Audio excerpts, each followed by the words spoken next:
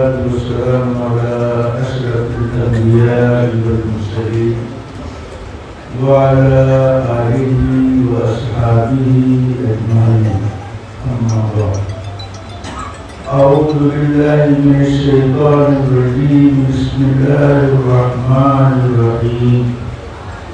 يا أيها الذين آمنوا اتقوا الله حق تقاته ولا تموتن إلا وأنتم مسلمون.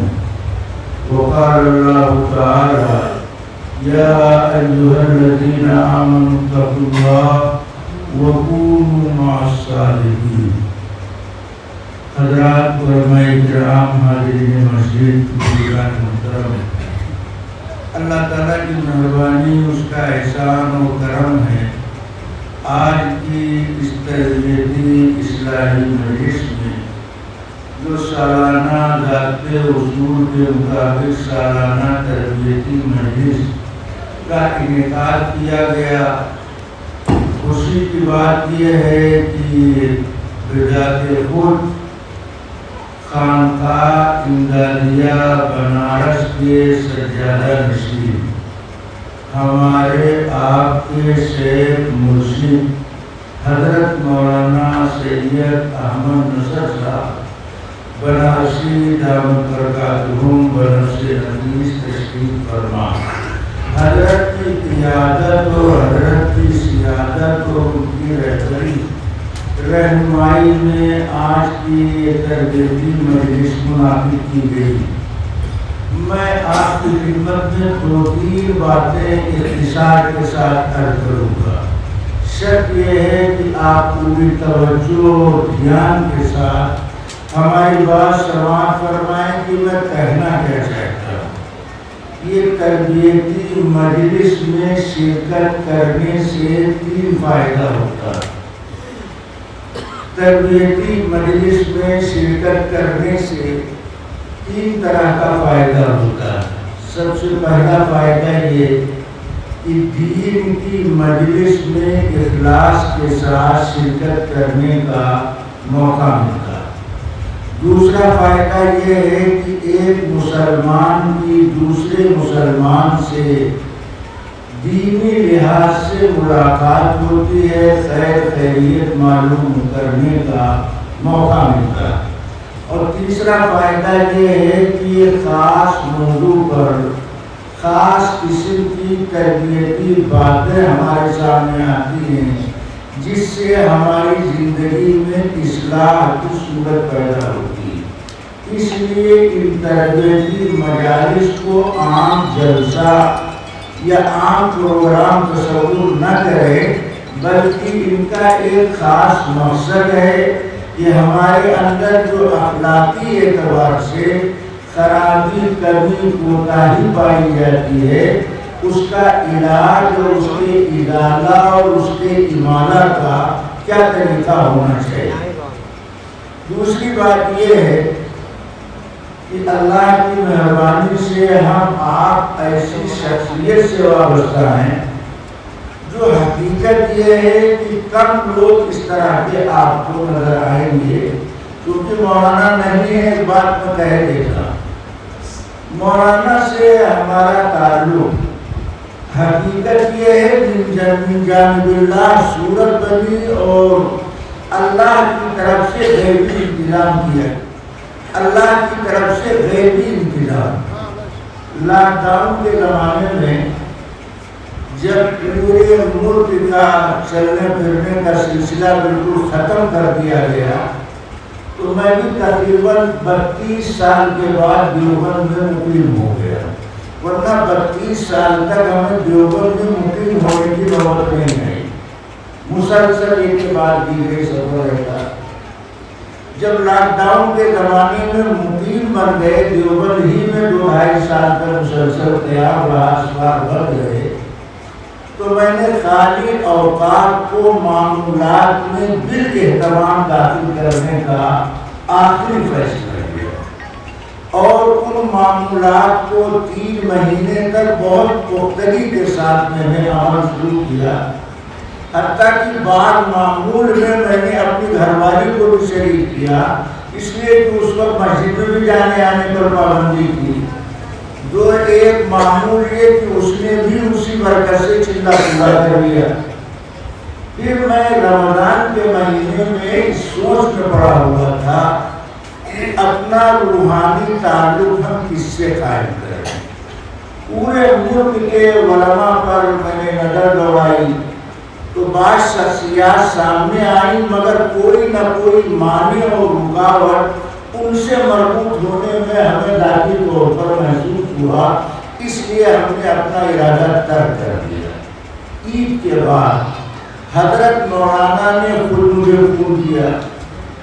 اس 1.5 سال کے عرصے میں نہ ملاقات ہوئی نہ فون پر بات ہوئی. عید کے بعد حضرت مولانا نے فون کیا اور فون کر کے حضرت نے پوچھا یہ بتاؤ کہ تم کیا پڑھ رہے ہو. میں پڑھ رہا تھا، میرا کھلا جان رہا تھا. دیوبند میں بھی میں نے کسی کے سامنے تذکرہ نہیں کیا تھا کہ میرا کیا معاملہ. حضرت نے خیریت کے بعد پہلا سوال یہ کیا کہ تم کیا پڑھ رہے ہو، کون سے معاملات کا اہتمام کر رہے ہو. میں بالکل حیران. پھر مولانا نے فرمایا کہ 1 ہفتے سے مجھے برابر تلقین کی جا رہی ہے، تہجد کی نماز کے وقت بھی تلقین کی جا رہی ہے کہ آپ ان کی نگرانی کرو. اس لیے میں نے تمہیں فون کیا ہے. تم کون سا عمل کر رہے ہو، کس معمول پر چل رہے ہو، اپنے معمولات کی تفصیل بتاؤ. اس لیے کہ 1 ہفتے سے مجھے بار بار تلقین کیا جا رہا ہے کہ آپ ان کی نگرانی کرو. جب مولانا نے یہ بات کہی تو میں نے سمجھ لیا کہ اللہ کی طرف سے فیصلہ. جس مسئلے میں متردد تھا اللہ نے اس کا غیبی انتظام کر دیا ہے. اب ہمارے لیے ہر طرح کا خیر اور ہر طرح کی ترقی کا ذریعہ ہم اپنے آپ کو صحت کے حوالے کریں. میں نے مولانا کو اپنے معاملات کی تفصیل دی تھی. اس وقت چونکہ فرصت کا وقت تھا، اس معمول کو دیکھ کر کے حضرت نے فرمایا کہ تم نے تو بہت زیادہ پڑھنے سے کا سلسلہ کر دیا، اس کی مقدار میں کچھ کمی کر دو. پھر حضرت نے اس میں سے کچھ چیزیں بڑھائیں، الگ سے کچھ چیزیں گھٹائیں، کچھ چیزیں بڑھائیں. اس طور پر ہمارا حضرت سے تعلق ہوا. ویسے حضرت کو میں 25-30 سال سے جانتا ہوں. اس علاقے میں جہاں بھی آنا جانا یہ معلوم ہوتی رہتی تھی یہ بات کہ پورا علاقہ حضرت سے متعلق ہے. ان سے حسن عقیدت میرے دل میں تھی. میں ان کی نیکی کا قائل تھا، مگر اس طور پر ہمارا رابطہ ہو اس کے بارے میں نے کبھی سوچا نہیں تھا. مگر میں سمجھتا ہوں میری اصلاح کے لیے اللہ تبارک و تعالیٰ نے اس دارالاسباب میں ان کو ذریعہ سبب بنایا. جبکہ اس روحانی تعلق سے پہلے ہی میں ان کا کمال دیکھ چکا تھا. آپ لوگوں کو تعجب ہوگا، آپ میں سے کتنے لوگ کتنے سال سے حضرت سے متعلق ہوں گے، مگر آپ کو تعجب ہوگا کہ ایک واقعہ میں سناتا ہوں. یوپی میں حج کرنے کے لیے قرآن اندازی ہوتی تھی. کبھی نام آتا تھا، کبھی نام نہیں آتا تھا. میں حضرت سے ملا.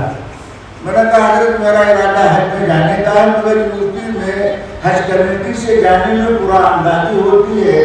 چونکہ میرا پہلا سفر ہے، اگر میں نے نام دیا اور قرآن میں نام نہیں آیا تو دل کو ٹھیس لگ سکتی ہے. اس لیے میں آپ سے دعا کی درخواست کرنے آیا ہوں. آپ میرے لیے دعا کیجیے کہ اللہ تعالیٰ مجھے کعبۃ اللہ کی زیارت کرا دے. حضرت اس وقت عمرہ میں گیا ہے. حضرت عمرہ کے لیے بیت اللہ شریف تشریف لے گئے. وہاں کعبۃ اللہ کے سامنے مطاف میں حرم کے احاطے میں حضرت نے وہاں سے مجھے فون کیا کہ تم نے حج کے لیے دعا کے لیے کہا. میں نے نام لے کر کے تمہارے لیے دعا کیا ہے. میرا دل کہتا ہے کہ فارم بھر دو، تمہارا نام حرم میں آ جائے. حرم کے صحن میں کھڑے ہو کر کے تم کیا کہا؟ میں حرم کے مقام میں کھڑا ہوں. میں نے دعا کیا ہے، میرا دل کہہ رہا ہے کہ تمہارا نام آئے گا، تم فارم بھر دو. میں الہ آباد سفر میں تھا. رات ہی رات میں نے لکھنؤ کا سفر کیا اور سفر کے دوران میں نے جا کر کے حج کا فارم بھر دیا. اللہ کی مہربانی سے میرا نام آ گیا.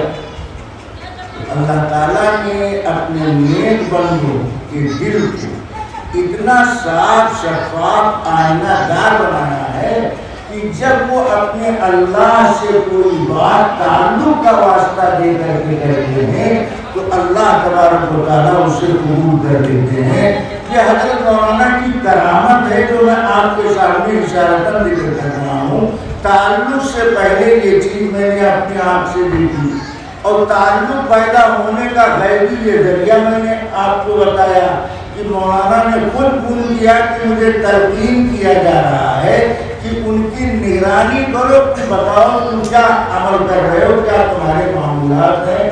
اس طور پر اللہ تعالیٰ نے حضرت سے قریب ہونے کا، تعلق ہونے کا ذریعہ اور سبب بنایا۔ یہ ان کی بڑائی ہے، خود نمازی ہے کہ ہم جیسے غافل و کاہل، ہم جیسے غافل اور کاہل آدمی پر وہ اعتماد کرتے ہیں۔ اور سچی بات یہ ہے جو کچھ ہے وہ مولانا کی خصوصی توجہ کا نتیجہ، مولانا کی خصوصی توجہ کا نتیجہ ہے۔ اس لیے میں آپ سے گزارش کرتا ہوں اس تربیتی مریض کو اور شیخ کی حضوری اور موجودگی کو یہ اپنے واسطے روحانی ایمانی رضا تصور کیجیے، اپنے لیے روحانی ایمانی رضا تصور کیجیے۔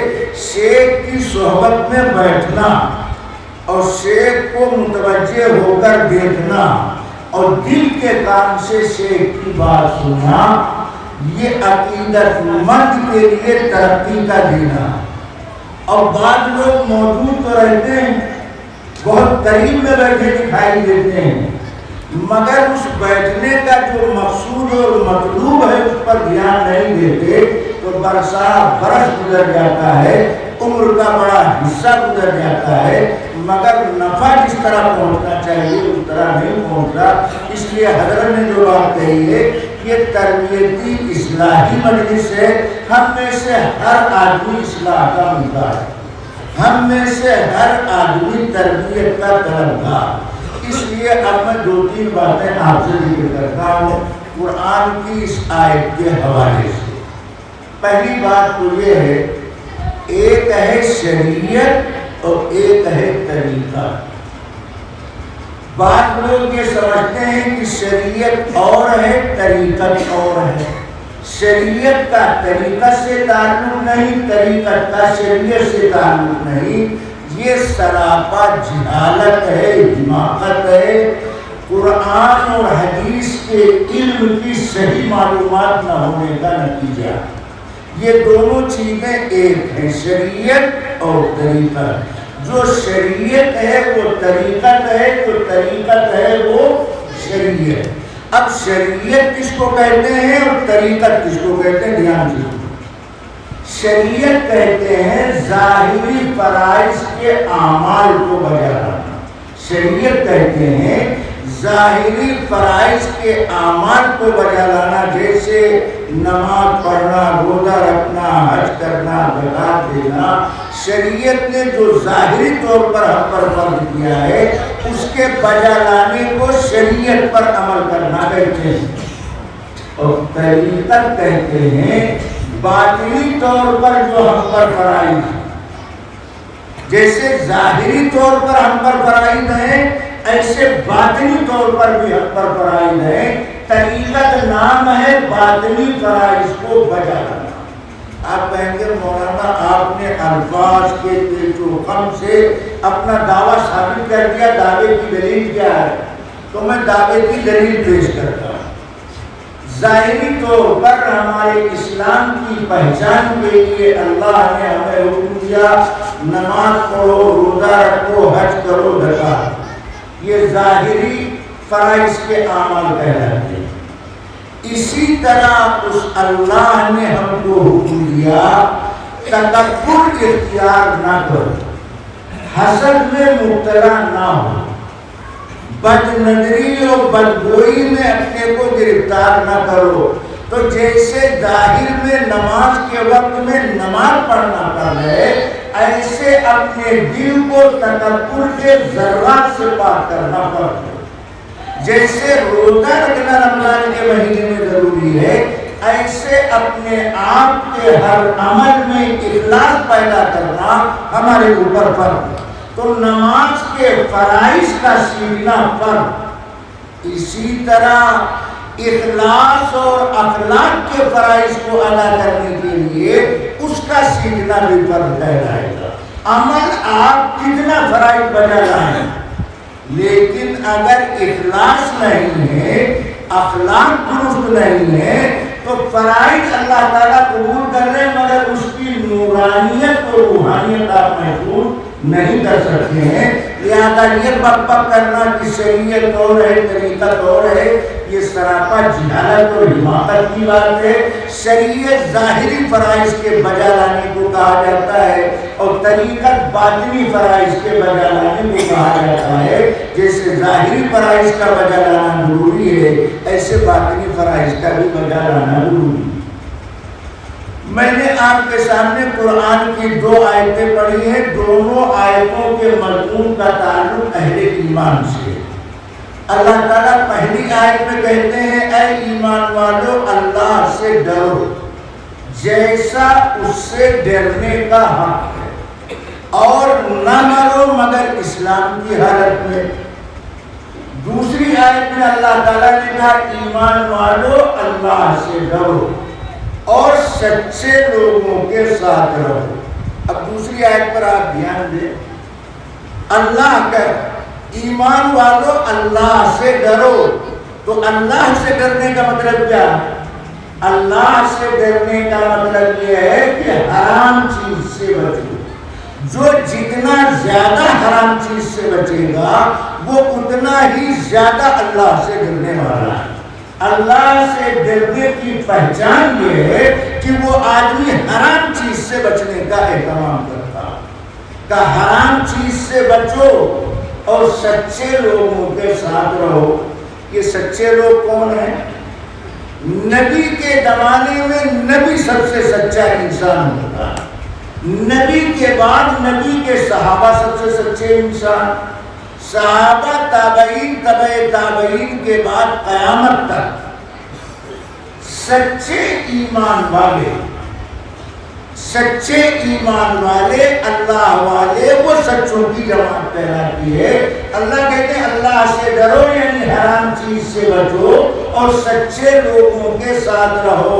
اس سے یہ بات معلوم ہوئی کہ قیامت تک سچے لوگ اس دنیا میں رہیں گے. اور سچے اچھے لوگ کون ہیں؟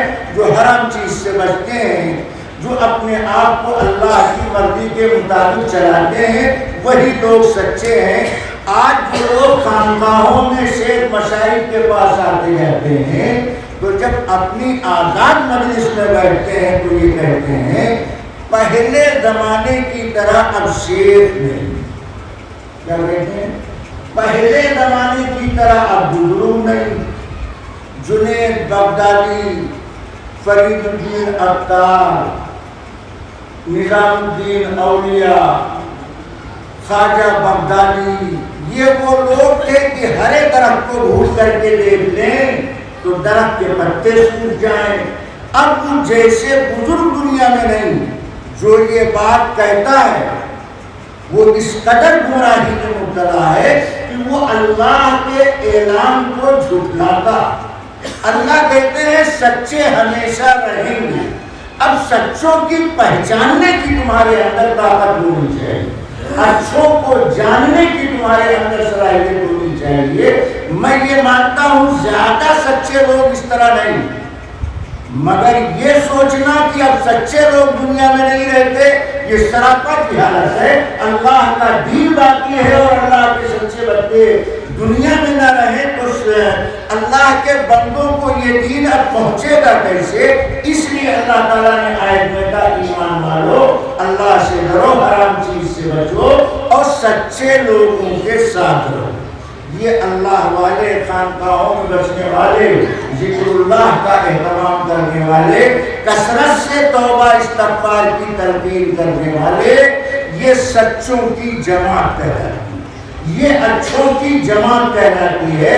اب ان سچوں اور اچھوں کو پہچاننا اور پتہ لگا کر ان کے پاس جانا یہ ہماری آپ کی ذمہ داری ہے، ان کی ذمہ داری نہیں۔ وہ آپ کے محلے میں آواز نہیں لگائیں گے ہم سچے ہیں، ہم اچھے ہیں۔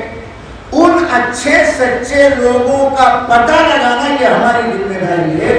مثال کے طور پر آج ہر چیز اصلی بھی ملتی ہے، نقلی بھی ملتی ہے۔ شہد، دودھ، گھی، اصلی اور نقلی، ہر چیز اصلی اور نقلی کم سے کم ہمارے یہاں تو دستیاب ہی ہے۔ دودھ ہو، شہد ہو، گھی ہو، اصلی آپ کو اصلی چاہیے یا نقلی؟ حتیٰ کہ آٹا اصلی چاہیے یا نقلی؟ حتیٰ کہ گرم مسالہ اصلی چاہیے یا نقلی؟ دونوں مارکیٹ میں موجود ہیں۔ اب جس کو جیسی ضرورت ہوتی ہے وہ استعمال کرتا ہے۔ بعض لوگ اصلی گھی استعمال کرتے ہیں، بعض لوگ ڈالڈا کو سمجھ کر استعمال کرتے ہیں، بعض لوگ اصلی شہد استعمال کرتے ہیں، اور بعض لوگ شکر کے مجموعے کو شہد سمجھ کر کے استعمال کرتے ہیں۔ مسلمانوں جس طرح دنیا میں اصلی نقلی چیزوں کی پہچان کے لیے ہر آدمی نے اپنا اپنا الگ ذوق بنا رکھا ہے، اپنے ذوق کے مطابق وہ اصلی چیز تلاش کر کے استعمال کرتا، اسی طرح اس دنیا میں سچے لوگ بھی رہیں گے اور جھوٹے لوگ بھی رہیں گے۔ جو نقلی چیز ہوتی ہے اس پر بھی لیبل لگا رہتا ہے، وہ بھی پیک آپ کو دکھائی پڑتی ہے۔ اسی طرح دنیا کے اندر بھی سچے اچھے لوگ بھی رہتے ہیں، اور سچے لوگوں کے لباس اور لبادے میں جھوٹے کذاب لوگ بھی رہتے ہیں۔ یہ ہماری آپ کی ذمہ داری ہے کہ اصلی گھی کا پتہ ہم لگا لیتے ہیں، اصلی شہد کا پتہ ہم لگا لیتے ہیں، ہمیں اصلی اللہ والے کا پتہ لگا کر کے اس سے ملنا یہ ہماری ذمہ داری ہے۔ اگر ہمارے اندر ذوق ایسا ہوگا تو ہمیں اصلی اللہ والا ملے گا، سچا اللہ والا ملے گا۔ اکابر اور اسلاف کا معتمد اور مستند ولی کامل ہمیں مل سکتا ہے، مگر محنت ہم کو کرنی پڑے گی۔ صرف مجلس میں بیٹھ کر تبصرہ کرنے سے مسئلہ حل ہونے والا نہیں۔ یہ بات سمجھ میں آئی؟ یہ دو سوال تھے، دو سوال کا میں نے جواب دیا۔ یہ جو کہہ دیا جاتا ہے بڑے بزرگ آج کے دور میں نہیں، یہ جھوٹ بات، غلط بات۔ اللہ کہہ رہے سچے لوگ رہیں گے، سچے لوگوں کے ساتھ رہو۔ اب پتہ لگانا، تلاش کرنا، ان سے ملنا یہ ہماری آپ کی ذمہ داری ہے۔ سچوں سے دنیا خالی نہیں ہے، اللہ والوں سے دنیا ناپید نہیں ہے۔ ان کی تعداد میں کبھی زیادتی ہو سکتی ہے، مگر سچے دنیا میں نہ رہیں، اللہ والے دنیا میں نہ رہیں، اس کائنات کو قرار نہیں مل سکتا ہے، زمین و آسمان کو سکون نہیں مل سکتا ہے اگر اللہ والے اس زمین کے اوپر نہ بسے۔ یہ تو باعث قرار کائنات، اللہ والے باعث قرار کائنات ہیں، ان کو تلاش کرنا، سچے لوگوں کے پاس پہنچنا یہ ہماری آپ کی ذمہ داری ہے۔